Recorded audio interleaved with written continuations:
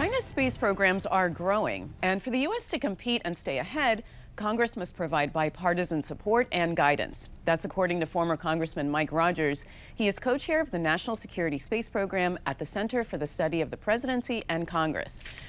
Congressman, welcome to the program. Hey, thank you so much for having me. It's great to be here. So what do we know about China's civil space program? They have their own space station in orbit. Is it as advanced as the International Space Station? Easily. And they're planning their next generation of space exploration.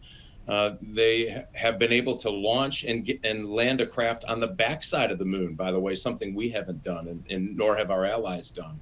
They're planning a moon base station between the Chinese and the Russians, both strategic adversaries to the United States. They are making a significant investment in space and space exploration. And here at home, we kind of are dithering around. The second part of that, if I may, real quick, is that they've decided that space is contested, meaning it has military implications for them. They understand that our GPS systems that we all know and love, both military and civilian, you know, that app that gets you to Starbucks in the morning, is all GPS based, which is space based. They've made a determination that they can take out those satellites and those constellations in order to hurt the United States if we ever came to conflict. So they have this dual purpose. They're going to make sure that they militarily control space and that they're leading the space exploration race. And so this is why this issue is so important. You know, I wanted to go back to what you said about the lunar program because NASA has plans to return to the moon in 2025. Are you saying that China's lunar program is ahead of ours? Well, what they're planning to do is they're going to have a base station there that they jointly run and operate with the Russian Federation. So I can't say technologically they're leaps and bounds ahead, but they're certainly where we are, and in some cases a little better. And remember, you get better at these things the more you do them. So the more you engage in space or launch, they have new launch vehicles, they have new space vehicles that they're developing and putting up into space. The more that they do that, the better that they're going to get.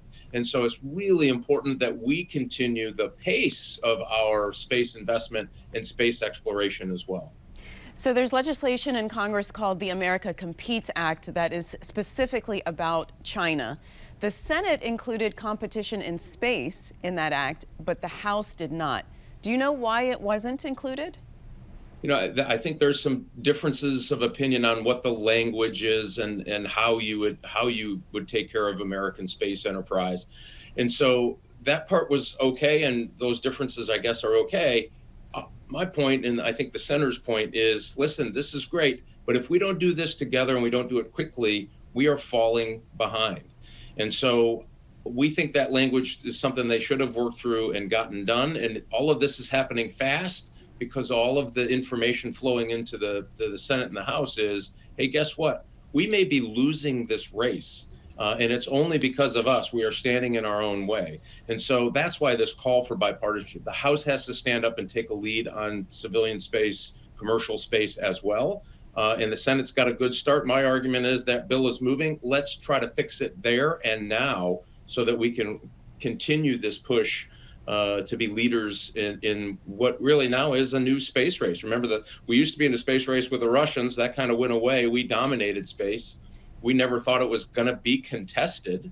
Well, it is now contested, and we don't have that same kind of bipartisan vision and aspiration to kind of win that race. Well, Congressman, I hear you on the bipartisanship, but there's not a whole lot of that happening right now in Congress. Are you optimistic that this can actually happen? Well, my wife says it's a genetic defect that I am so optimistic, but I do think that the weight of the information that should be at their disposal shows very clearly that we have to, this is a sobering moment for us, that this technological race that we used to take for granted and say, well, we're always going to be 10 years ahead of our adversaries, that gap is closed. And so now we have to reorient ourselves to this speed to innovation, rapid deployment of space. We need to do it a lot. You want to keep flexing those muscles in space. And so I do think at some point that members of both parties are going to say, okay, this is so serious. we can stop arguing if we can turn the lights on in the morning. We better start debating together about how we move forward to make sure that we don't get behind. When you lose a race like this, very difficult to catch back up.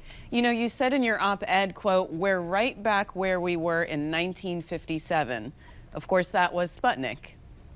Right. Yeah. I mean, that was the race. And remember, when we saw that, our government writ large and the American people said, holy mackerel, we can't do that. We could not have done what the Russians did in 1957. And wisely enough, the government and both Republicans and Democrats said, hey, we can't let this happen. We get behind on that and allow the Russians to dominate space.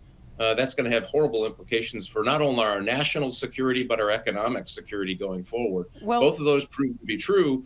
But what we did is came together and launched this huge momentum. We are going to have, we're going to put a man in space and a man on the moon. We're going to beat the Russians. And that kind of fervor, excitement, energy, and aspiration needs to come back. Well, very briefly, Congressman, what do you tell your former colleagues in Congress right now? Stop arguing and start doing some things. Right. There's really important work to be done. We have to get it done, and we have to do this together. This is really the only way we're going to win this race. All right. Well, Congressman Mike Geerges, nice to talk to you. Thank you so much. Hey, thank you. Thank you for watching. If you enjoyed the video, give it a thumbs up and subscribe to our channel so you don't miss out on any future Government Matters interviews.